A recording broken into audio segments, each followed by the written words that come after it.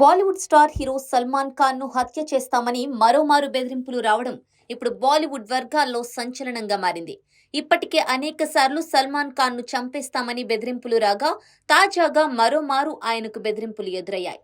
ఈసారి ఆయన కారును పేల్చేస్తామని, సల్మాన్ ఖాన్ ఇంట్లోకి చొరబడి ఆయనను చంపేస్తామని వర్లీలోని ముంబై రవాణా శాఖ వాట్సాప్ నెంబర్కు మెసేజ్ పంపించారు దుండగులు.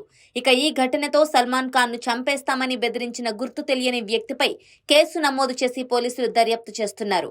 ఈ మెసేజ్ ఎవరు చేశారు, ఎక్కడి నుంచి చేశారు అన్న దానిపై దర్యాప్తును ప్రారంభించిన పోలీసులు ఆయనకు భద్రతను పెంచారు. ఇప్పటికే అనేక మార్లు లారెన్స్ బిష్నోయ్ గ్యాంగ్ సల్మాన్ ఖాన్ ను చంపడానికి పెద్ద ఎత్తున ప్లాన్ చేసింది. గత ఏడాది కూడా లారెన్స్ బిష్నోయ్ ముఠా సభ్యులు సల్మాన్ ఖాన్ కదలికలపైన నిఘా పెట్టినట్టు, అందులో భాగంగానే ఆయనపై కుట్ర చేసినట్టు గుర్తించిన పోలీసులు సల్మాన్ ఖాన్ హత్యకు కుట్ర చేసిన 5 నిందితులను అదుపులోకి తీసుకుని ఛార్జ్షీట్ దాఖలు చేశారు.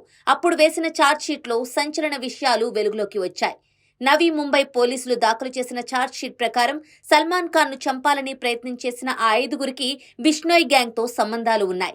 వీరు సల్మాన్ ఖాన్ ను చంపేందుకు 25 లక్షల రూపాయలు సుపారీకి ఒప్పుకున్నారని తేలింది. సల్మాన్ ఖాన్ కదలికలపైన ఫోకస్ పెట్టిన బిష్నోయ్ గ్యాంగ్ ఆయన కారును చుట్టుముట్టి కాల్పులు జరపాలని, ఆయనను అంతమొందించాలని ప్లాన్ చేసింది.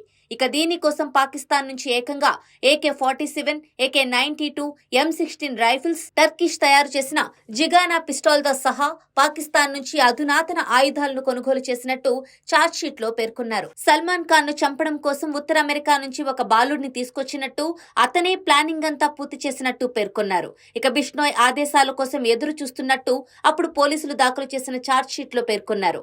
సల్మాన్ ఖాన్ కదలికలను గుర్తించడానికి బిష్నోయ్ గ్యాంగ్ సభ్యులు ఏకంగా 60 నుండి 70 మందిని రంగంలోకి దించారని పేర్కొన్నారు.